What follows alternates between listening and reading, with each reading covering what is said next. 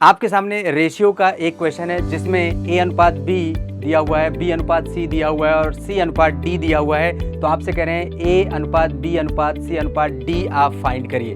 तो इसके लिए आप क्या करेंगे, सबसे पहले आप A, B, C, D कुछ इस तरीके से लिख लेंगे।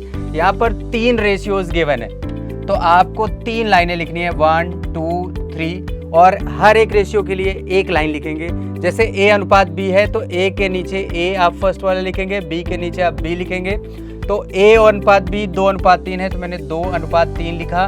यहाँ पर 2 खाली हैं जिन्हें हमें खाली नहीं छोड़ना है। आप देखिए कि यहाँ पर जो भरने के लिए सबसे पास में उसी लाइन में कौन सा नंबर है उसको आप फिल कर दीजिए। इसके पास में भी यही है तो ये फिल कर दिया।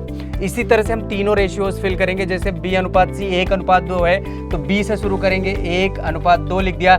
इसके बगल में ये 2 है पास में तो इसलिए 2 लिख दिया और इसके बगल में यहाँ फिल करना है तो इसके बगल में 1 है तो यहाँ 1 फिल कर दिया।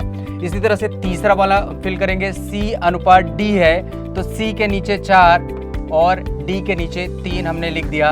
अब इसके बाद आप देखिए लेफ्ट साइड 2 वैकेंट है तो यहाँ पर भरने के लिए इसी लाइन में 4 है सबसे पास में और यहाँ पर भी 4 ही होगा क्योंकि यही इसके पास में है। जैसे ये पूरा कॉलम रोज फिल हो जाए इनको मल्टीप्लाई करके आपको ऐसे नीचे लिखना है, सभी को मल्टीप्लाई करके नीचे लिखना है। जैसे 2 चौके 8, यहाँ से 4 तिहाई 12 और ये हो गया 6 चौके 24 और ये हो गया आपका 18।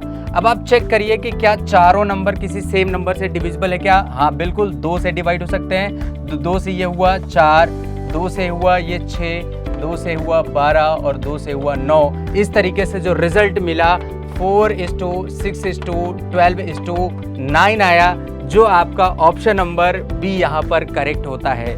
तो आई होप आप समझ गए होंगे। अगर समझ गए हैं तो आपके सामने एक क्वेश्चन है, इसको जरूर सॉल्व करिए और कमेंट में हमें बताइए कि इसका आंसर करेक्ट क्या होगा। धन्यवाद।